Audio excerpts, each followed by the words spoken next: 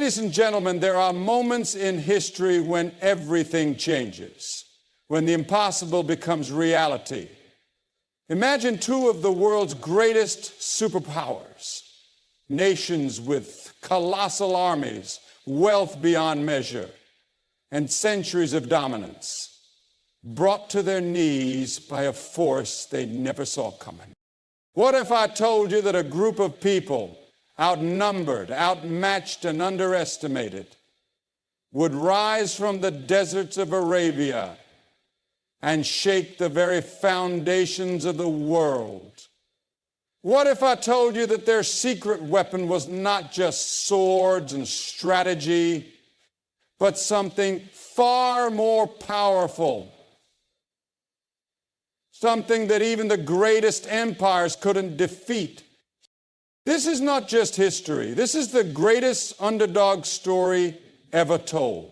And by the end of this speech, you will not only understand how Islam triumphed over the superpowers of its time, but you will also see why this truth still matters today.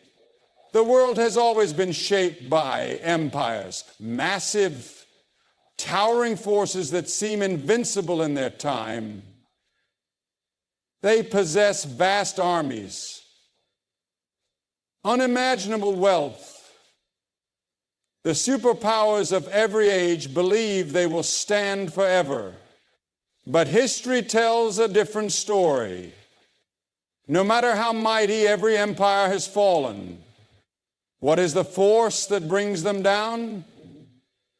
More often than not, it is not another empire, but an idea, a belief, a faith so unshakable that no sword, no treasury, no political strategy can stop it. When Islam emerged in the 7th century, the world was divided between two superpowers, the Persian Empire and the Byzantine Empire. The Persians ruled with an iron grip, their kings believing themselves to be divine, their society built on class divisions that crushed the weak under the weight of the elite. The Byzantines, on the other hand, held on to their power through a rigid system of control, heavily taxing their people and enforcing their rule. Both empires had dominated the world for centuries. They saw themselves as undefeatable. But in the deserts of Arabia, something was happening that would change everything. At first, it seemed insignificant.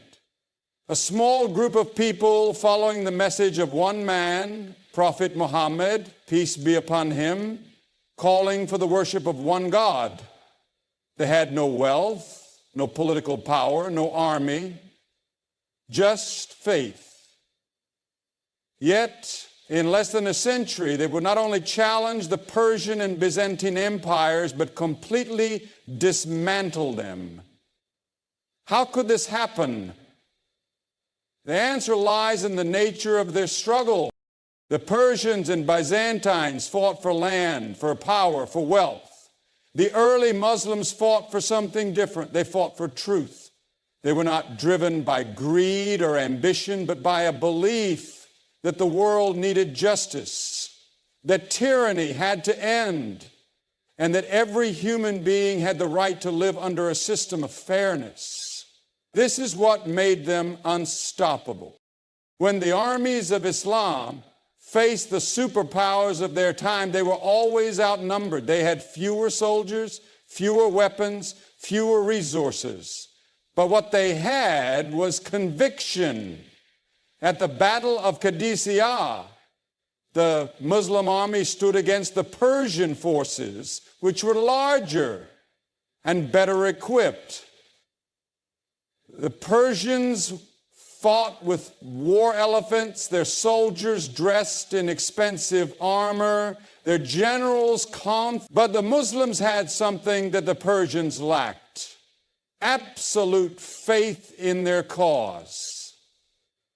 They were not afraid of death because they believed in a purpose greater than life itself. They knew they were part of something that would change the course of history. The same happened with the Byzantines. At the Battle of Yarmouk, the Byzantine army was many times the size of the Muslim forces. The emperor had gathered his best warriors, thinking that sheer numbers would crush the believers. But history does not favor those who rely only on material strength. The Muslims fought with discipline, with strategy, and with an unwavering belief that they were part of a divine plan. By the end of the battle, the Byzantines were fleeing, their once mighty empire beginning to crumble. It is important to understand that Islam's victory over these superpowers was not just about the battlefield. It was about ideas. People under Persian and Byzantine rule saw the justice and equality that Islam offered, and they embraced it willingly. They saw a system where rulers were not tyrants, but servants of the people, where wealth was not hoarded by the elite, but distributed to those in need, where truth was not silenced, but given a voice. This was a revolution unlike any other in history.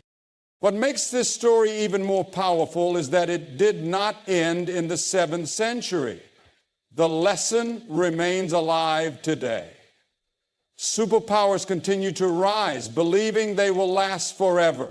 They build their strength on military dominance, on economic control, on the illusion of invincibility.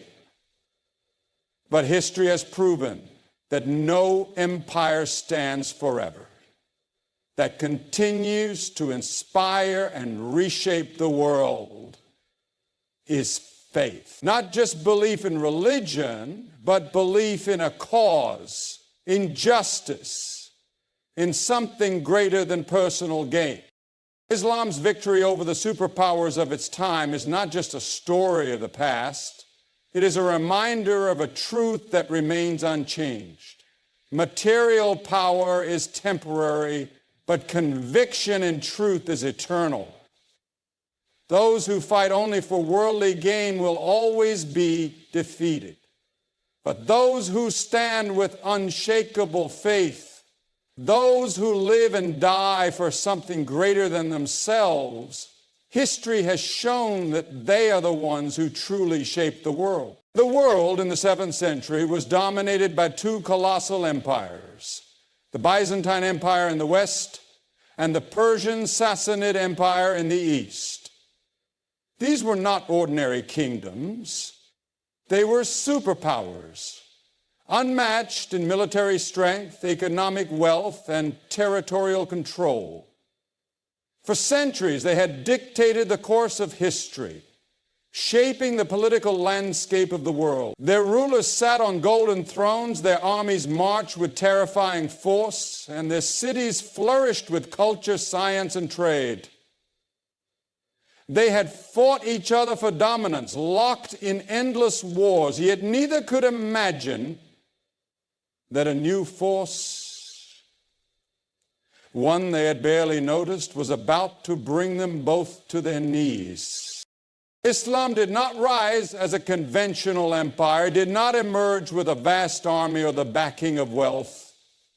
It began in the deserts of Arabia, a land that neither the Byzantines nor the Persians had considered a serious threat. To them, the Arabs were nothing more than scattered tribes, too divided to ever pose a real challenge. But they failed to recognize that something new was happening.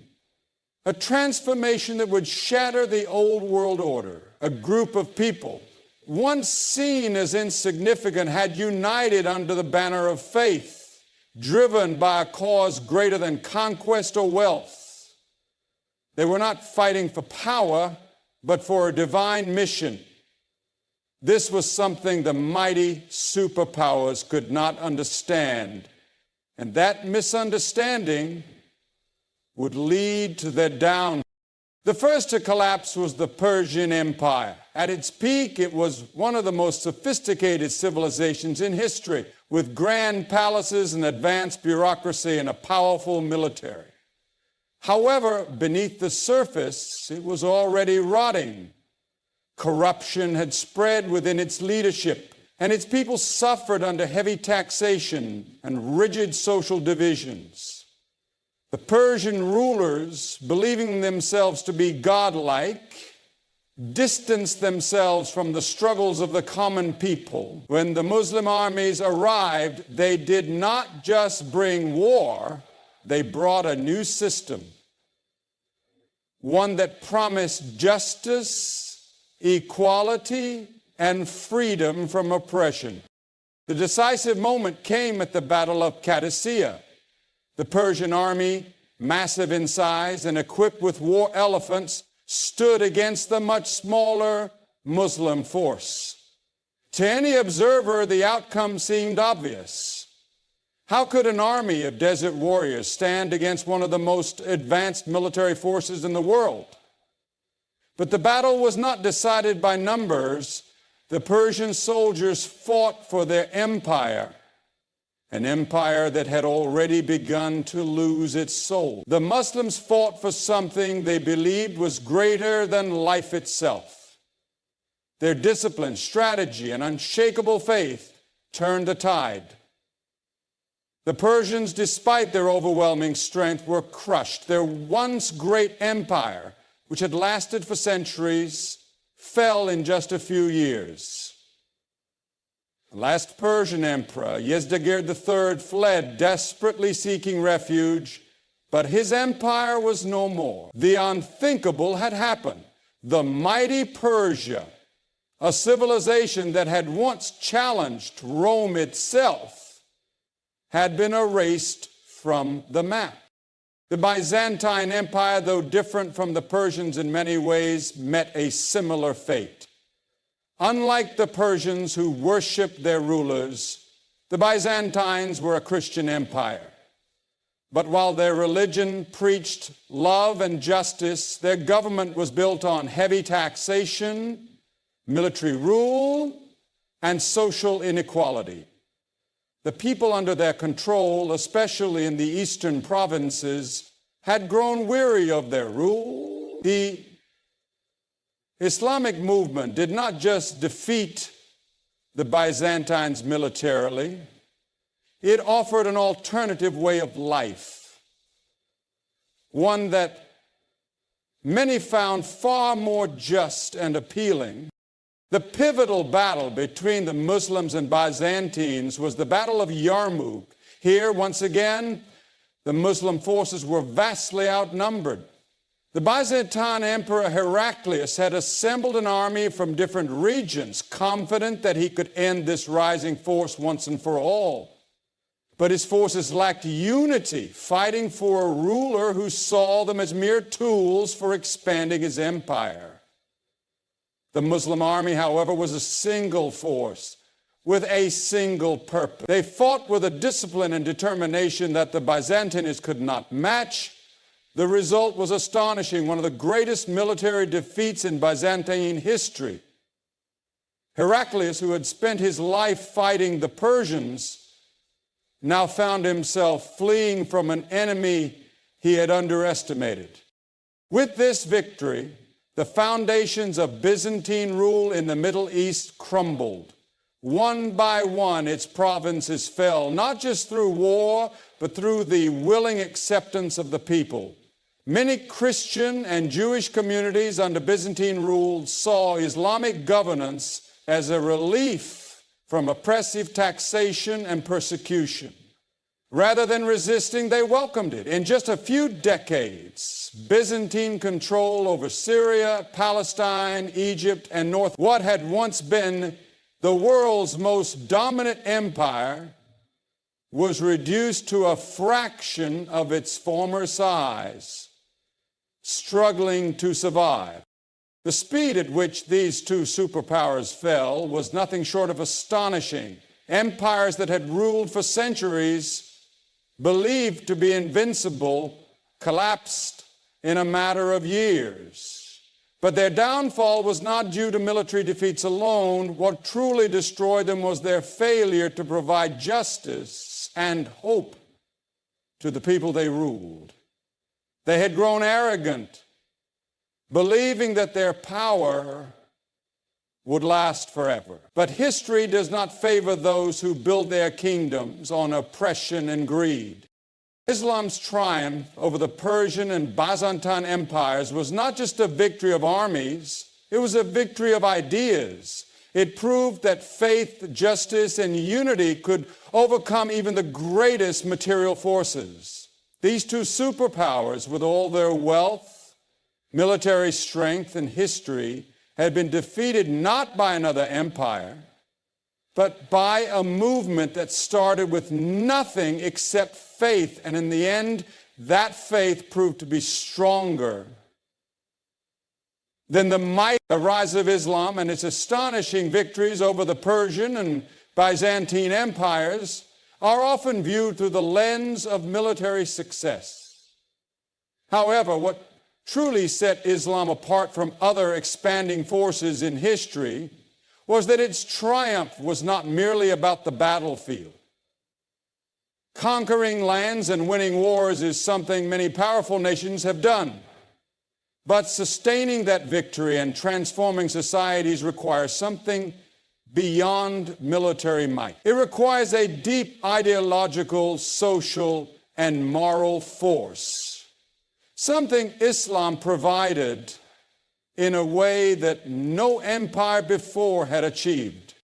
The Persian and Byzantine empires had built their strength on military conquests, economic wealth, and administrative control. Yet, despite their grandeur, they were deeply flawed.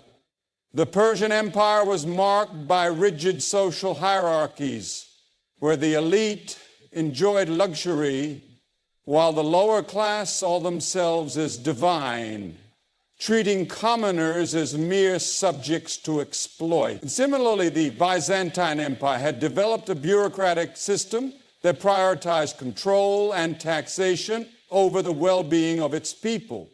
Heavy taxation, corruption, and religious oppression made life unbearable for many within its borders. These empires wielded power through fear. But fear is never a lasting foundation for rule. When the Muslim forces emerged, their approach to governance, society, and even warfare was fundamentally different. The secret to their success was not just superior military tactics, but a new way of life that inspired loyalty and devotion. Islam's rapid expansion was fueled by a system that provided justice, unity, and purpose, something that neither the Persians nor the Byzantines had been able to offer to the masses. One of the most significant aspects of Islam's rise was the way it treated the people it conquered. Unlike the Persians and Byzantines, who ruled through strict hierarchies, Islam introduced a revolutionary concept, equality before God. It did not matter whether someone was rich or poor, Arab or non-Arab. What mattered was their character and piety. This was a stark contrast to the oppressive social orders of the previous empires, where the ruling elites held all the power while common people had little opportunity to rise. Under Islamic governance, many people who had been considered second-class citizens under Persian and Byzantine rule found themselves treated with dignity and fairness. This new system also provided unprecedented religious tolerance. While the Byzantines had persecuted non-Orthodox Christians and the Persians had imposed Zoroastrian dominance, Islam allowed religious minorities to live under its protection. Christian, Jewish, and even Zoroastrian communities were given autonomy to practice their faiths, provided they paid a reasonable tax known as the jizya. However, unlike the crushing tax burdens of the Persian and Byzantine empires, this tax was often lighter and came with the benefit of protection and governance. Many non-Muslims found Islamic rule to be a welcome alternative to the harsh oppression they had suffered before. Beyond governance, Islam also brought a new economic system that reduced the corruption and exploitation that had plagued the Persian and Byzantine worlds. Trade flourished under Islamic rule because of the emphasis on ethical business practices, fair contracts, and prohibitions on exploitative interest rates. Unlike the Byzantine system, which heavily taxed its people to support a bloated bureaucracy, the Islamic model encouraged wealth circulation, charity. The system of zakat, a mandatory form of charity, ensured that wealth was redistributed to the needy rather than hoarded by the elite. Another crucial factor in Islam's success was its emphasis on knowledge and education. Unlike the Persians and Byzantines who guarded learning within elite circles, Islam encouraged the pursuit of knowledge for all. The early Muslim rulers prioritized education, science, and philosophy, leading to a golden age of intellectual progress. This stood in sharp contrast to the decaying Byzantine Empire, which had suppressed certain branches of knowledge due to religious disputes, and the Persian Empire, which had reserved learning for the aristocracy. By opening the doors of knowledge to everyone, Islam laid the foundation for a civilization that would not only expand, but thrive for centuries. The military victories of Islam were impressive, but they would have been short-lived if not for the ideological strength behind them. History is full of examples of empires that won wars, but failed to hold on to their conquests. Alexander the Great conquered vast lands, but his empire collapsed shortly after his death. The Mongols swept across Asia with unstoppable force, but they left destruction in their wake rather than a lasting civilization. In contrast, Islam's conquests were not just about controlling land, they were about transforming societies. This is why the regions that came under Islamic rule did not just submit out of fear, but often embraced Islam willingly. The people under Persian and Byzantine rule saw the contrast between their previous oppressors and the new Islamic governance. They saw a system based on justice rather than privilege, unity rather than division, and moral integrity rather than corruption. This is why entire cities and regions, rather than resisting, opened their gates to the Muslim forces. The appeal of Islam was stronger than the swords that won the battles. Ultimately, Islam's success was not because of military force alone, but because it introduced a way of life that uplifted individuals and societies. It did not just defeat armies. It won hearts and minds. The transformation it brought was not temporary, but lasting, as seen in the fact that many of the regions it conquered remain Muslim-majority societies today, centuries later. This is the true mark of a force greater than military might: the ability to inspire, to bring justice, and to create a civilization that endures beyond the battlefield. The rise of Islam and its triumph over the two greatest superpowers of the time, the Persian and Byzantine empires, was not a matter of coincidence or mere military brilliance. It was a meticulously guided movement shaped by divine wisdom, strategic foresight, and an unwavering belief in a higher purpose. From the very beginning, Islam's expansion was not driven by personal ambition or territorial greed, but by a mission to establish justice, truth, and divine order on earth. This mission followed a strategy far beyond human calculation, one that demonstrated the undeniable role of divine intervention in shaping history. One of the most striking aspects of Islam's success was how it turned apparent disadvantages into strengths. The Arabian Peninsula, where Islam was born, was not a center of civilization like Persia or Byzantium. It was a land of desert tribes, scattered settlements, and no major centralized government. The Persians and Byzantines never considered the Arabs a threat, as they were divided into feuding clans with no history of large-scale conquests. However, what seemed like a weakness turned out to be an incredible advantage. The tribal nature of Arab society meant that once unity was established under Islam, the movement spread rapidly, fueled by deep personal connections and unwavering loyalty to a shared faith. The strategy behind Islam's rise was not based on traditional empire-building tactics. The early Muslims did not expand for wealth or power, but for the establishment of divine justice.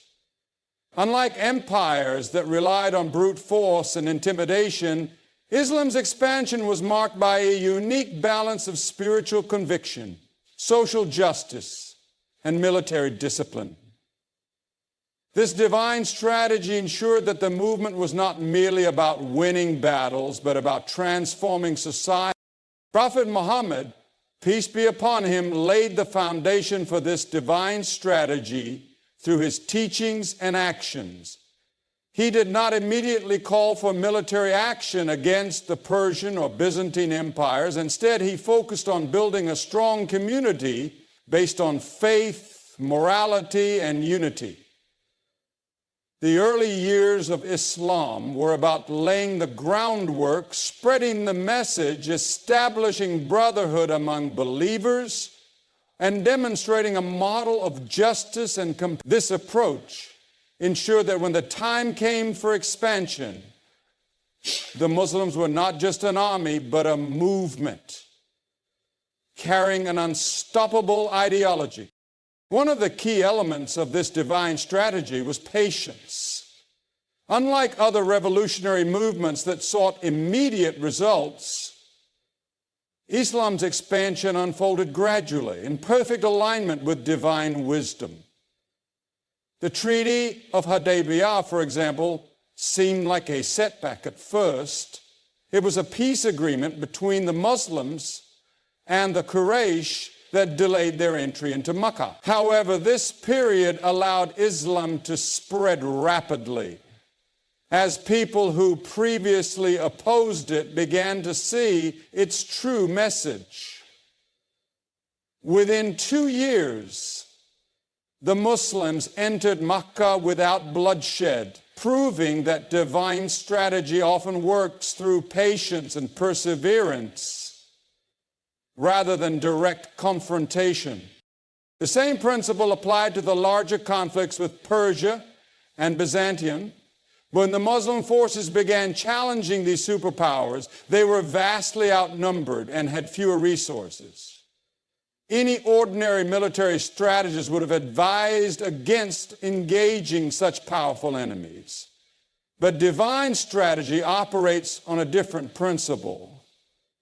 Victory is not determined by numbers or weapons, but by faith, righteousness, and divine support. This was demonstrated in battles such as Qadisiyah and Yarmouk, where smaller Muslim forces crushed much larger armies. The morale, discipline, and divine conviction of the Muslims made them an unstoppable force. Another crucial part of the divine strategy was the way Islam dealt with the people it conquered. Instead of imposing rule through fear, the Muslims governed with justice and fairness. Unlike the Persians, who had a rigid caste system, and the Byzantines, who heavily taxed and persecuted their subjects.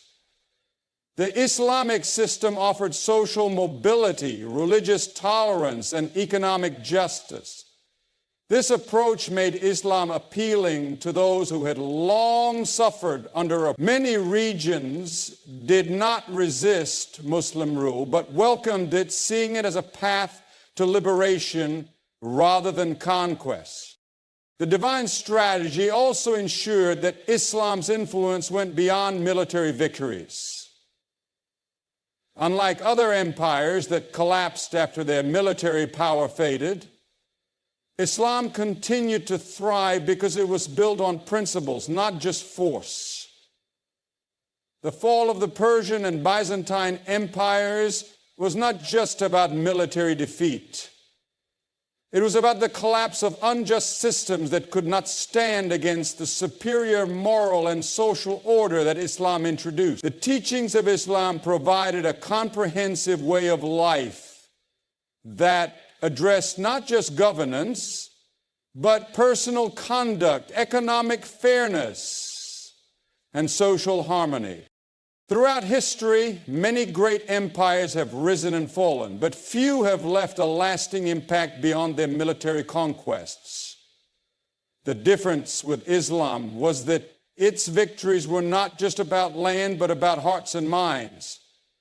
The divine strategy ensured that Islam did not just spread through the sword, but through conviction, justice, and wisdom. The Persian and Byzantine empires had ruled through oppression and control, but Islam's rule was based on trust, morality, and the genuine well-being of society. This divine plan was not merely about winning battles, it was about creating a civilization that would stand the test of time. And that is exactly what happened. Today, the Persian and Byzantine empires exist only in history books, their power long forgotten. But Islam, the force that overcame them, continues to thrive, guiding millions of people across the world. This is the ultimate proof that the victory of Islam was not just a historical event, but a divine movement that reshaped the world in ways no human strategy ever could. The rise of Islam and its ability to overcome the world's greatest superpowers, the Persian and Byzantine empires, was not due to military strength alone. It was the power of unity and justice that allowed Islam to triumph where others had failed.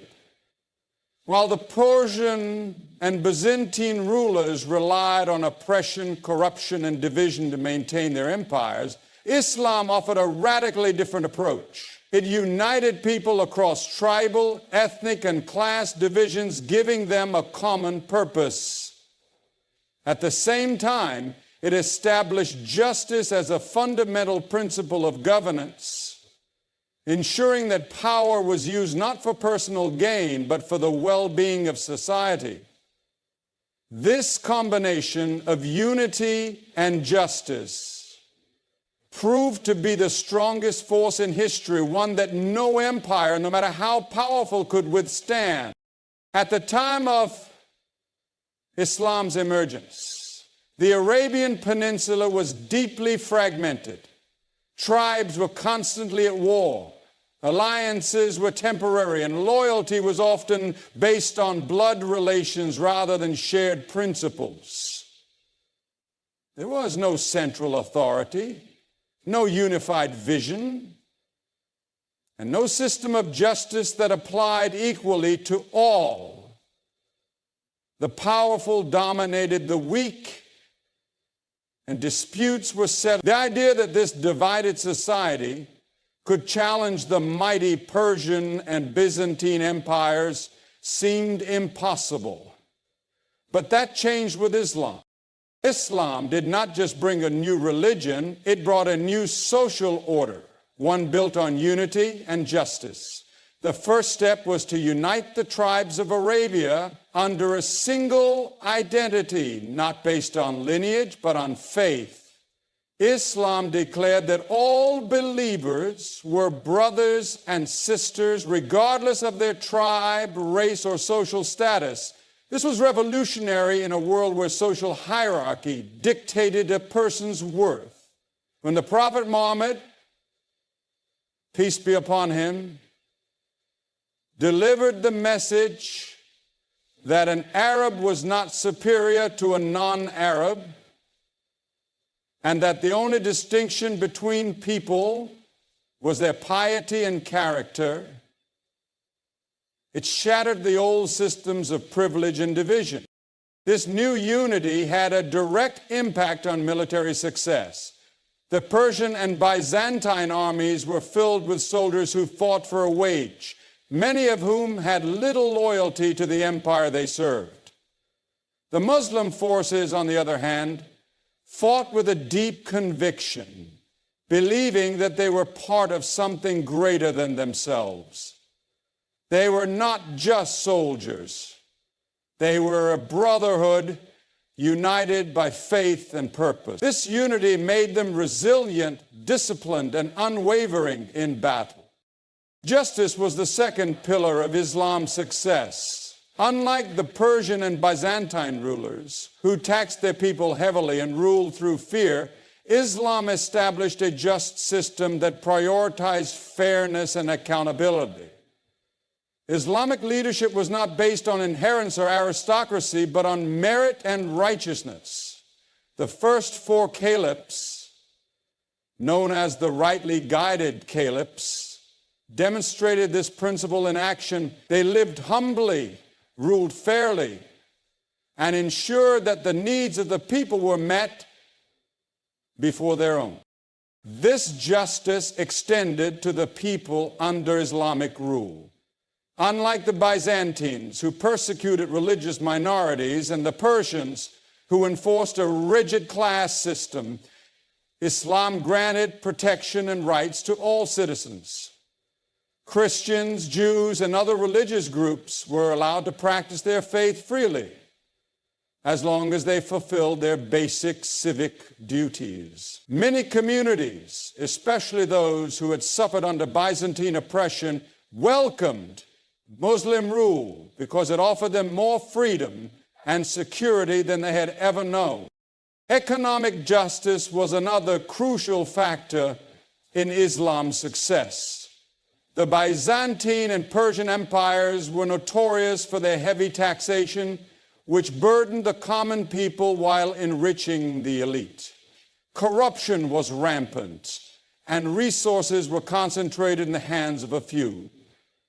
Islam introduced a more balanced economic system that emphasized charity, fair trade, and responsible governance. The concept of zakat, mandatory charity, ensured that wealth was redistributed to the poor, preventing extreme inequality. Unlike previous rulers who hoarded wealth for their personal luxury, Islamic leaders used state resources to benefit society as a whole. The result of this combination of unity and justice was a movement that could not be stopped. The Persian and Byzantine empires, despite their vast armies and wealth, had lost the trust and loyalty of their people. In contrast, Islam offered a new system where rulers were accountable, where people of all backgrounds had rights, and where justice was not reserved for the powerful, but extended to everyone. This is why, in many cases, the cities and provinces under Persian and Byzantine rule did not resist Muslim expansion, but embraced it. They saw a system that was not just stronger, but also fairer than anything they had experienced before. The fall of the Persian and Byzantine empires was not just a military defeat. It was the collapse of unjust systems that had ruled for centuries. No empire, no matter how powerful, can survive without the support of its people. The Persians and Byzantines had built their power on oppression and division, and when a force emerged that offered unity and justice, their empires crumbled. History has shown that military strength alone is never enough to sustain an empire. The greatest civilizations are not those that conquer by force, but those that win the loyalty and hearts of their people. This is why the legacy of Islam's early expansion did not end with military victories. The regions that came under Islamic rule were not just conquered, they were transferred. The justice and unity that Islam brought did not disappear after a few decades, but became the foundation of a civilization that thrived for centuries. Today, the Persian and Byzantine empires exist only in history books, their once mighty power long forgotten. But Islam, which was once dismissed as an insignificant movement from the desert, continues to shape the lives of millions. This is the ultimate proof that unity and justice are the true pillars of lasting success. Empires that rely on oppression may rise for a time, but they will always fall. Only those built on justice and unity can stand the test of time. The rise of Islam and its triumph over the Persian and Byzantine empires is not just a historical event. It carries profound lessons that remain relevant today. The factors that led to Islam's success, unity, justice, faith, resilience, and strategic vision, are not confined to the past. They serve as timeless principles that can guide individuals, communities, and nations in navigating the challenges of the modern world. When examining the downfall of these once mighty superpowers and the enduring legacy of Islam, it becomes clear that the same patterns of rise and fall apply even today. Those who ignore these lessons risk repeating the mistakes of history, while those who embrace them unlock the key to true success. Faith and moral values played a crucial role in Islam's success, and they continue to be essential today. The early Muslims were not driven by material gain, but by a deep sense of purpose. They believed that their mission was divinely guided and that their struggles had meaning beyond worldly rewards. This belief gave them the courage to face overwhelming odds and to persevere through hardship. In contrast, the Persian and Byzantine soldiers lacked a higher purpose. Many were mercenaries fighting for pay rather than conviction. When faced with adversity, they lacked the motivation to continue. Today, this lesson reminds us that a strong sense of purpose, whether in personal endeavors, business, or social movements, creates resilience. Those who work solely for personal gain often falter in difficult times. Resilience is another key lesson. The early Muslims faced numerous challenges, from economic hardships to military threats. They endured persecution in Makkah, exile in Medina, and wars against much stronger enemies. But instead of giving up, they adapted, strategized, and continued their mission with unwavering determination. The downfall of the Persian and Byzantine empires, on the other hand, was partly due to they had become stagnant, relying on outdated methods while refusing to reform. This is a crucial lesson for today's world, where rapid change is a constant. Those who embrace adaptability, innovation, and perseverance will succeed, while those who remain rigid and resistant to change will be left behind. Strategic vision also played a major role in Islam's rise, and it remains a vital lesson today. The early Muslim leadership did not act impulsively. They planned their moves carefully, choosing their battles wisely and forming alliances where necessary. The Treaty of Hudaybiyah, for example, demonstrated the importance of patience and long-term thinking. While it seemed like a temporary setback, in contrast, the Persian and Byzantine rulers often made short-sighted decisions driven by greed and arrogance, which weakened their empires. This principle applies today in leadership, business, and personal decision-making. Success comes not from reacting emotionally or seeking immediate gratification, but from having a long-term vision and executing it with wisdom and patience. Another valuable lesson is the importance of knowledge and education. The early Muslims placed a high value on learning, leading to an intellectual golden age that advanced science, medicine, mathematics, and philosophy. This commitment to knowledge gave Islamic civilization a lasting edge. Meanwhile, the Byzantines suppressed certain branches of learning due to religious conflicts, and the Persians kept education restricted to the elite. Their decline was partly due to their failure to cultivate widespread intellectual growth. Today, societies that prioritize education and innovation continue to lead in global influence, while those that neglect it fall behind. Finally, the lesson of ethical leadership cannot be ignored. The Prophet Muhammad, peace be upon him, and the rightly guided caliphs led with humility, responsibility, and a deep sense of accountability. They did not rule for personal gain, but for the betterment of the people. This selfless leadership won the hearts of many.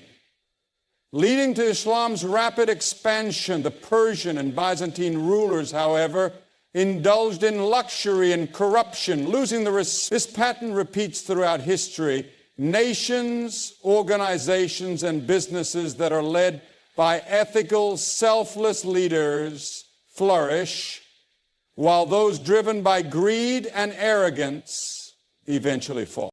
The lessons of Islam's rise are not relics of the past, they are eternal truths that continue to shape the world.